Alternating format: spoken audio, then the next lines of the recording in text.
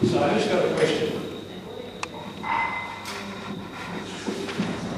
Any questions at all? I know it's been a pretty powerful presentation by all the speakers. Belmon's here first. First of all, thank you to all of you. It's always quite humbling to hear those first-hand experiences, particularly where obviously there's a lot of grief involved in this for all of you. So thank you, and really admire you sort of sharing those stories. I have to sort of say that until probably about 6 months ago, I was obviously aware of what was going on, but had a degree of ignorance about it. And it was only when I heard a young Syrian young guy who'd actually been able to get on talkback radio on 774, and he also made that point about the Free Syrian Army and who they actually are. And he said, what you need to understand is, he said, they are from everywhere. That there are mercenaries from Africa, there are people who move around the globe and do this as a living, and he actually gave this brilliant sort of like word picture of what it was truly like. And to me, it sort of seemed, I guess this is where my question is going, is, where does this end? Because there seems to be an endless supply of people willing to insert themselves into the middle of this, and this Syria in particular, to me, seems to have a range of agendas that are being exploited by, there's obviously some central interests in there who really want to, exploit all of that multitude of agendas that seem to be going on over there. So, my question, I suppose, is where does it end, and how do we here get your message sort of cut through that fog of overwhelming sort of like stories and issues that are coming out of the Middle East? If it hadn't been for me hearing talkback that particular day, I think I'd be still in that sort of state of confusion, if you like, as to what's going on. So it's probably a convoluted question, but... Does anyone want to tackle that? I guess it's a pretty hard one, how we'll end, but Rob, would you? Thank you. Thanks, Rob. Look, it'll end where it'll really end. I know this doesn't fit into the whole narrative, that fairy story narrative of the democracy seekers and the bad dictator, but it'll really end when the Americans have decided that it hasn't worked. On my research to Lebanon and discussions that I had with members of the FSA who were taking a break, or who have family members who themselves have died in conflict and whatever else, they told me amazing stories about the presence of British and French and Turkish intelligence officers in their villages, coordinating a lot of what was happening from a military perspective. It'll end when the arms stop flowing. It'll end when Saudi Arabia and Qatar stop sending arms that they're readily buying from the States and sending non-stop. It'll end when the Americans realise that they need to come to some sort of settlement with the Russians or whoever else and stop fueling this conflict, which really they're not wanting to be won. They're not giving the rebels enough weapons to win it, and they're not doing enough to force a real fall of the government either. So the unfortunate reality is that this isn't anything new. What they want is the fall of multi-sectarian, secular, left-leaning, socialist-orientated state in the Middle East that doesn't look too good. And the whole history of this, go back to the 70s, Cyprus, multi-ethnic, separated Turkish, Greek on one side, over to Iraq, 2.5 million Christians, about 250,000 of them left. Little sectarian cantons, over to Lebanon, where the Libyan mercenaries, and I was watching a video of the Libyans arriving in Syria just yesterday, in shock, all these mercenaries who have recently been armed by the same people to get rid of Gaddafi. Some of them are now gone to Syria to continue their fight. Some have gone to Mali. You know, they arrived in Lebanon in the 70s too, and they were on their religious crusade. And at the time, I remember the Christian president, his name was Zayman. He met with Mr. Eisenhower, and he's the representative of Eisenhower who arrived at the airport in Beirut. And he said, we the Christians are on the verge of being annihilated and destroyed. And he said, we've got a solution. We've hired huge numbers of cruise ships from Cyprus and the Greek islands. They're coming, and you can all leave on those. So, and you know, I was in my little village and the church bell rings, and my grandmother and the chooks and my cousins in the old church down the road that's 1800 years old. It's only 30 kilometres away from this, and they're already coming over the border.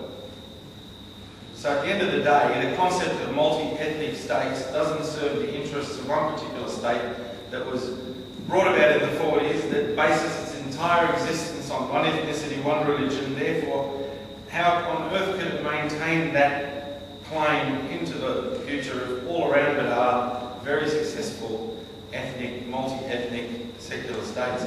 So when will it end? It'll end when America comes back from its insanity. And when countries like, unfortunately, Australia, from a foreign policy perspective, stop being the little finger of the United States.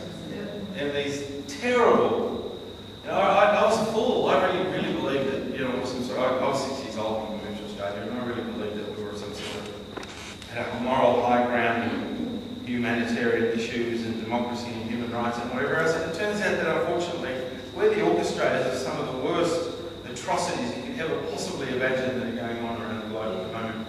And the media cover it up in a beautiful way. And how easily organisations like Amnesty can be co-opted into the whole geopolitical aims of it. It's just amazing the power that exists there. I'm deviating a lot from the question. We've got a question up the back from Peter.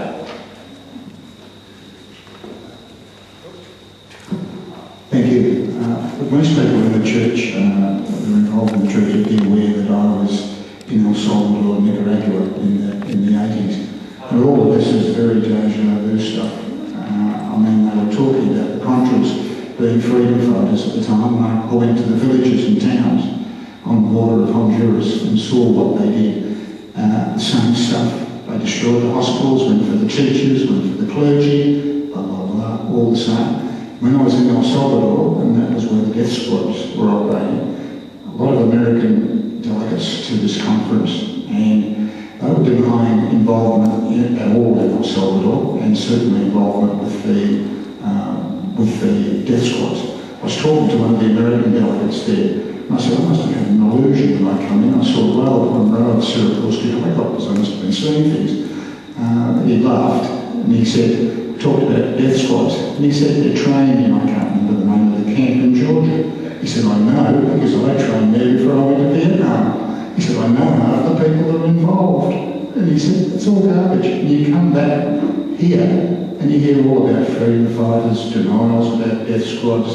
It's all deja vu stuff. Nothing's changed since 1983, and probably before. I won't say that.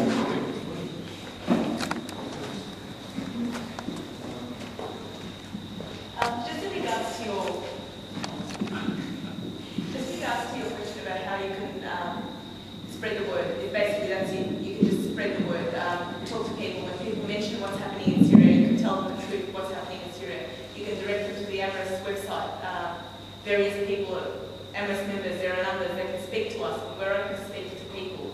And in regards to the foreign jihadists, well, Saudi Arabia and most of these countries are actually basically sending the people they have on death row. So these are foreign mercenaries that are murderers to begin with. They're sending them to go and fight in Syria on the basis that they'll be freed once they finish their work. So there's thousands and thousands and thousands of mercenaries coming in, and when people stop is when Turkey stops the flow of them coming through. When, as Robert says, the US stops supporting them with their non-lethal aid, which is actually buying M16s, and it's buying Doshkas, and it's buying an unbelievable amount of explosives. That's when it until then, it looks like it's just never-ending. The flow of mercenaries was constantly coming through the borders over Turkey and Lebanon, mainly, as Robert said, they're Libyans, Chechens, Saudi Arabians, Qataris, Sudanese. There's an unbelievable amount of Australians, yes, and some of them have died, as it's been reported here as well.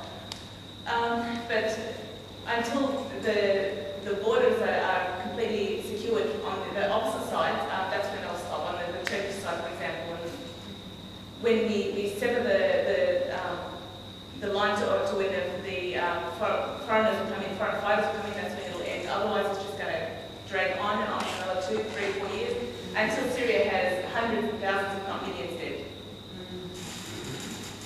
Thanks very much, Sam. We've got a question down here.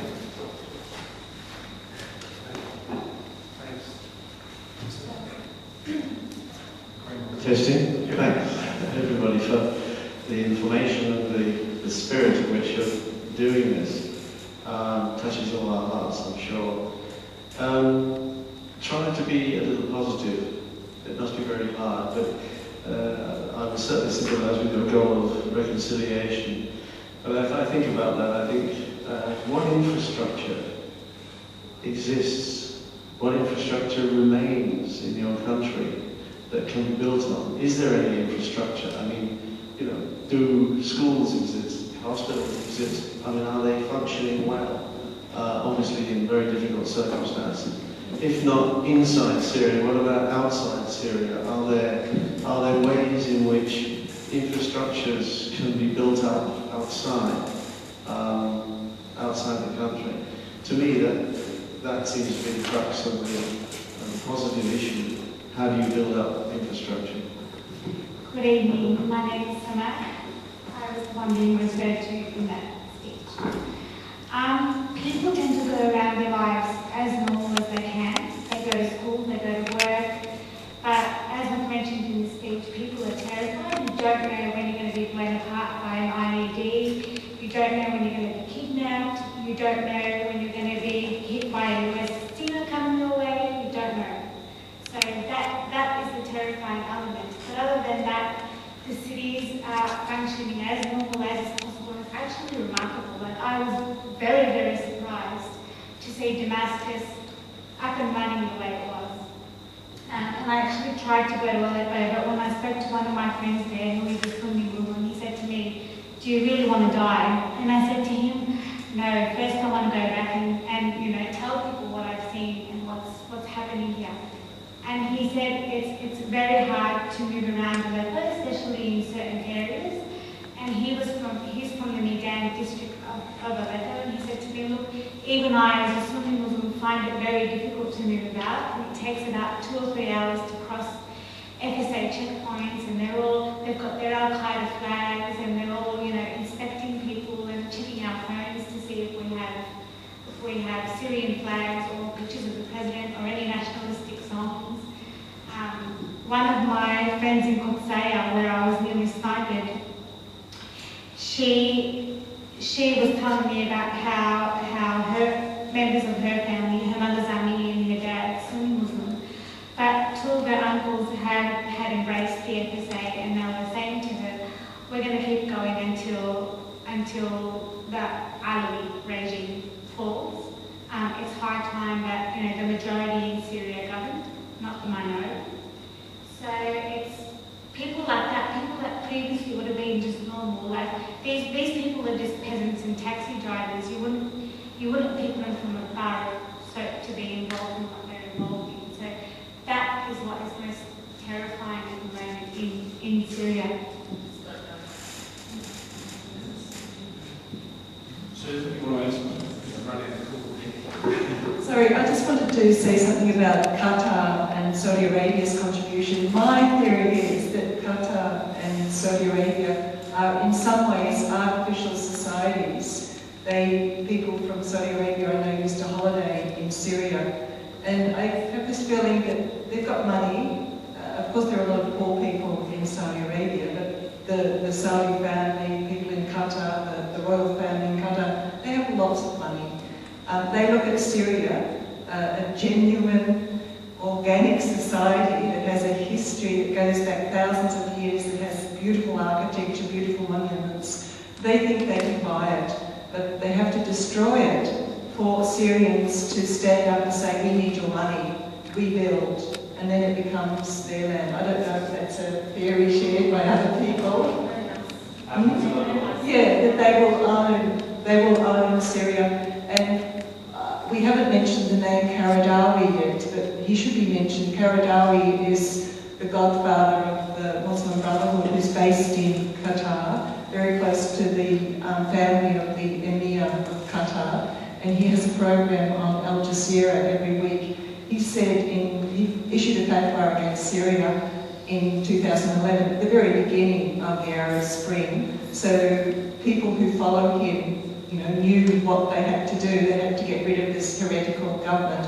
But he also said that if it's necessary to kill 1/3 of the Syrian population, that's okay if it leads to the toppling of the Syrian regime. 1/3 of the Syrian population is 7 million people. So he's talking about all the minorities as well as secular Syrians that don't support his ideology. More recently, he said it's okay, a recent fatwa, it's okay to kill civilians. We can kill civilians, we can kill religious scholars. It's okay, it's justified. Thanks very much. The picture is right on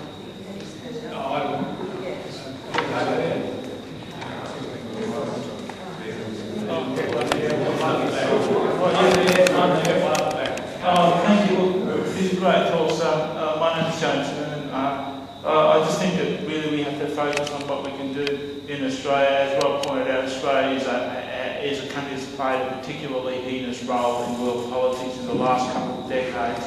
It's not well known. We have to do what we can do to hold our governments in Australia to account. Now, fortunately, we have a very long election campaign before us, and we can use the internet and we can use it to hold all the politicians and all the candidates to account for a whole lot of domestic issues as well as international issues, including Syria. What I intend to do on our website, which if you don't know is called canbebetter.net, but I'm not saying that's the only website we use. We should use the internet in general just to get the word out about Syria and hold people to account and force people to justify their opinions. And anyway, we'll use that. We should use the next few months to just really hammer every candidate who's standing to ask them, why will they stand up for peace in Syria against murder and invasions and repeating the crimes such as were committed against Iraq and many other countries in decades past. Thanks very much. I think we all absolutely agree with those comments. What's the question over there? This is more a geopolitical sort of question, not so much focused on the Syrian people as such, but I kind of wrote it down real quickly, so I apologise if it comes out wrong.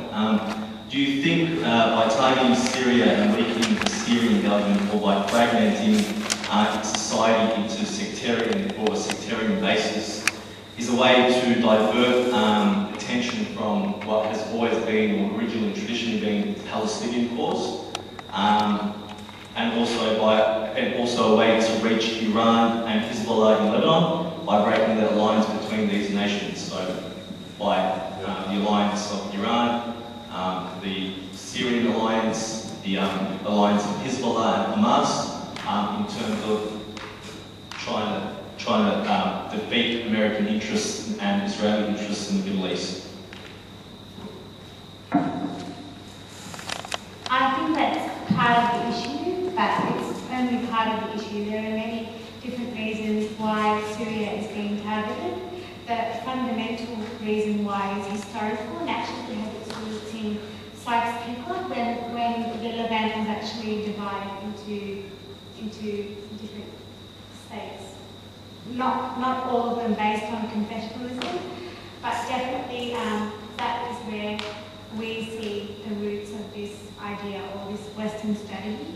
But I do think that a byproduct of what is happening in Syria is that attention is diverted from other parts of the Middle East, certainly including Palestine and even Egypt and Libya. I don't know if everybody else noticed, but after Mubarak was toppled in Egypt, Egypt dropped out of the news. And we don't know that in Egypt now Christians are being persecuted, Sufi places of worship worship are being burnt down. People have acid thrown at them. One man a few months ago was kidnapped and crucified in front of the church in Alexandria. Women are being kidnapped and raped in Egypt, and Libya is just a story that's even worse off. Bahrain too. So you have all these hotspots in the Middle East that are being completely ignored, and the spotlight is on Syria. And as in many situations, and as we have seen before in recent history, the West likes to simplify things, especially through the media. Like, common people in Australia will come up to me and say, oh, but you know, the regime is dictatorial and basically it needs to fall, and people want their freedom. And you look at the video and say, but what knowledge do you have? Do you have background knowledge of, you know, the places that you're talking about? Do you know the little details that are pivotal, you know, to know and to find out and to familiarise yourself with in order to actually know what is going on?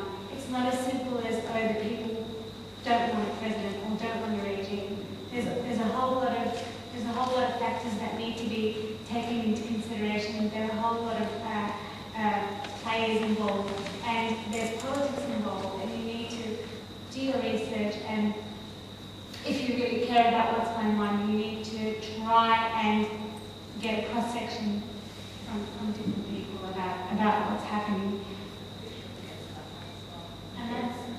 And that's where we come in. We come in to shed a different light on what's happening, on the truth of what's happening, because so much of what we have been hearing is much of the same. Is much of the same, and people don't know how to distinguish because they don't know enough about our religion. And also, when the uprising first began, it's just really important to know that there are people with genuine issues and concerns that they have for their government in Syria. And it's been proven that these rallies that were held, or protests in Syria, were interrupted by jihadists or people hijacked by people trying to create unrest in Syria. So, and these same people that had their genuine concerns that they wanted to raise are now being attacked, being murdered. They are now too afraid to speak up against the FSA or the government or either division. So that's a really important factor. And another thing I just want to add, I know a few of you have mentioned this also, is that there are a lot of people from Australia travelling to Syria and fighting with the FSA, and many have died. And the media is not showing it enough that these people do have names, and there are quite a few numbers, and there's probably a lot more that we aren't aware of. And I mean, they are in your backyard. They're northern suburbs, western suburbs, they live very close to you. So that's quite frightening, knowing that these people are locals, and their intent is to kill. Their intent is not for supporting the refugees or for humanitarian aid, as is made out for them being there. And the media has reported this and actually proven that these people are making bombs, killing civilians, beheading people. And there's multiple pages on Facebook and Twitter and blogs and on the internet where they show these people travelling to Syria and under the pretense of humanitarian aid, yet in the same instance they're holding a AK-47. I think the first Australian to die in Syria to actually went for for jihad basically. He went under the condition of humanitarian aid, as they've all been stated. And he was a cleric. He was in Sydney. His name was Mustafa Majloul. Now he was. They had this big story on him in the ABC where he was glorified as a humanitarian aid worker. He went to help the Syrians, and he was hit by government fire. And then as it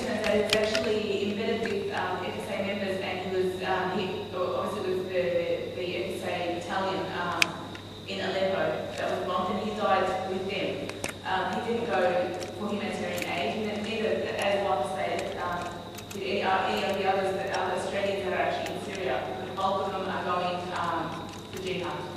You have a prominent figure now, Zaki Mala, who's also, he's going to, he's planning a trip to Syria, and he's recruiting a number of Australians to go with him as well to join the FSA on the front line. And he suggests not militarily, but this is also on Facebook. If you go through the posts, and all of these people have aspirations of joining the jihadists, that they find it some kind of a gift from God, it's a cause that they believe in. They need to go and they need to help implement this caliphate that's in the back of their mind. And the caliphate begins in Syria. They believe that it should be in Syria, but it's worldwide. And I've seen posts, I've seen comments from people that they'll also be wanting to bring it to Australia. It starts in Syria. It's certainly not the first stop. The gentleman at the back there. Look, I'm a Syrian expatriate. I was born and raised and lived there, and should not blame the Islamists. Islamists are driven by a sexual fantasy to go and die there, because they think that, it's sexual fantasy. They're empty too. But what we should be blaming, as he said, the Americans and the Westerners as well, and the Amnesty International, and the Court of Justice, and Human Rights Group, because they're all part of that organization, unfortunately. They are, and every media outlet in the West, they're hiding the facts. They are behind the killers. The Australian government knew about those thugs who went to Syria to die there. They knew about it. And when everybody found out, they said, we're going to investigate. It's not Arab Spring. It's American Spring. It's a pure American Spring. And the Americans can stop the war tomorrow. Turkey, Qatar, Saudi Arabia, Jordan, they will not stop 1 inch before the blessing of the Americans. Americans are just, they know everything, and they support everything, and they are the perpetrators behind it. So let's stop beating behind the bush, and the organizations behind them as well, from United Nations to Security Council to Amnesty to so on and so on and so on. They should be shameful, and I'm disgusted with them, and with the Australian media as well. People are dying in Syria, and they report. I emphasize, they report false and actually lies. One example I'll give you. There's one guy, his name is Haitham Mallah, not Mallah, Haitham Mania. He has been opposition since 1980, and he is the son, well, he's been living in France, and he's a human rights activist. Now, in the beginning of this American Spring, everyone's supporting him. Now, when he started to distance himself from the Americans, recently, just 1.5 months ago, you should all know this fact, when the Syrian the Syrian National Council was having a meeting not in Rome before that, they had a meeting as well in Switzerland. There were 45 opposition members going from Syria to Switzerland to attend that meeting. Now this is a fact, it's not how I show stuff. The Swiss government would not give them visa to attend that meeting. They are not in front of the government, they are opposition to sabotage that meeting, because those people want a secular, free Syria. Now I don't support them, I support the government. I say it full frankly. But why wouldn't you allow those people who are the best interest of Syria in their heart? Why would you support the Syrian Council of half of them were corrupt Syrian officials, and the other half were beneficiary from the Syrian political system?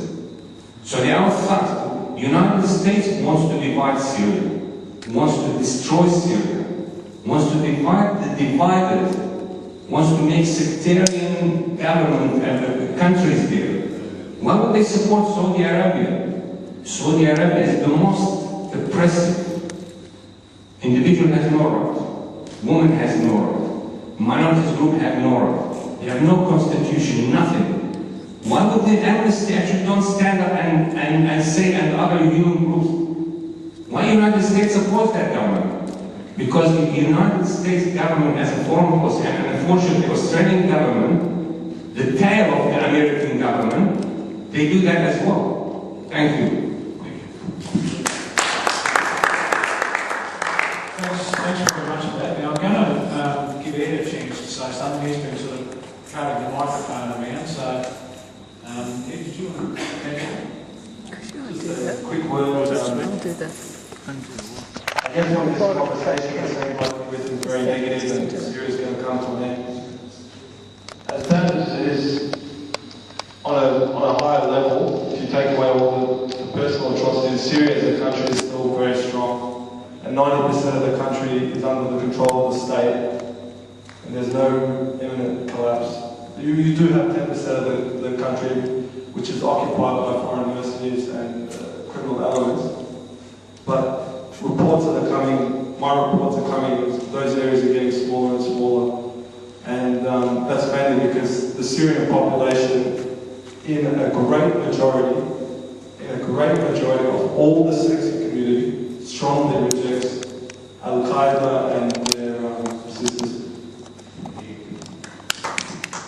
I just wanted to say 3 things very quickly. I think in response to the question about Israel, I think if you watch Syrian TV or Lebanese TV, etc., you see very, very lengthy discussions with experts, with researchers, looking at this in very deep, layered, nuanced ways, sophisticated ways that we just don't understand. We just use rhetoric here to talk about Syria.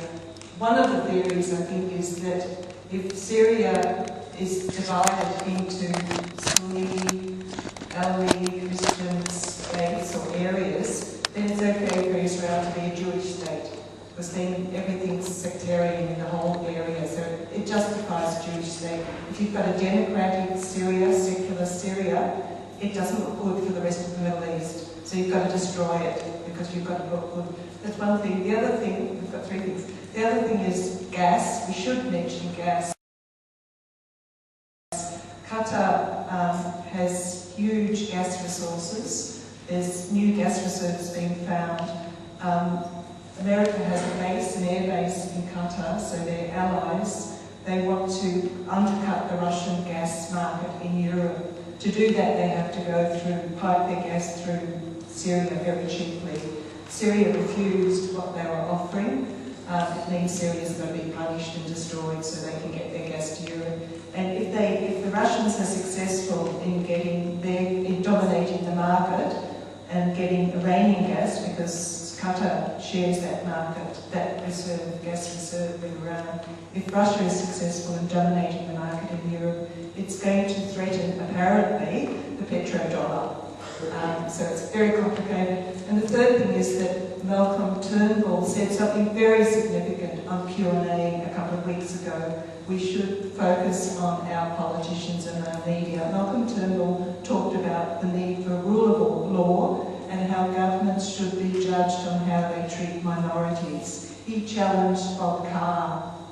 So you've got an example of a very highly regarded politician talking sense about Syria. So things are changing. We just need to support them in the community so they can talk out more. Thanks, Susan. And just on behalf of everybody here, I'm sure we thank all the speakers. I'll just say one little thing about the Australians going over there.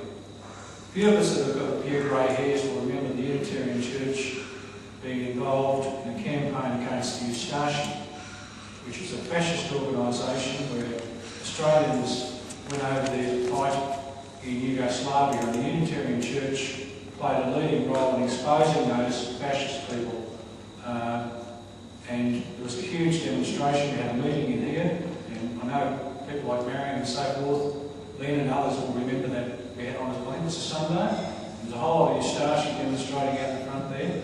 But that led to the then Attorney General, Lionel Murphy, taking on ASIO, who were clearly complicit in sending Australians over to fight in this war. So I don't think we should take it as being an impossible task. I think the information we've find is absolutely powerful, and everybody's going to go away so much better informed about this matter.